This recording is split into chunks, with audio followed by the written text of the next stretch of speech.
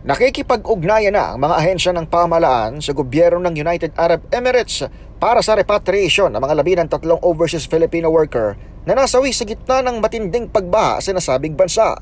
Ayon sa Overseas Workers Welfare Administration o OWA, target nitong maiuwi ang bangkay ng mga Pilipino sa lalong madaling panahon. Nakikipagtulungan naman ang Migrant Workers Office o MWO sa Dubai at Abu Dhabi para maasistihan ang pamilya ng 3 OFWs na sinawing palad sa gitna ng malawakang pagbahang naramdaman hanggang sa border ng Oman. Galing umano ito sa direktiba ni Pangulong Bongbong Marcos na kagyat kontakin ng mga ahensya maging ang mga naulilang kaanak ng mga biktima para sa kaukulang suporta. Nabatid na 2 babae ang nasuffocate sa loob ng kanilang sasakyan habang hindi makalabas dahil sa taas ng tubig, habang isa namang lalaki ang nasawi sa major injuries nang mahulog ang kanyang sinasakyan sa sinkhole na resulta rin ng baha.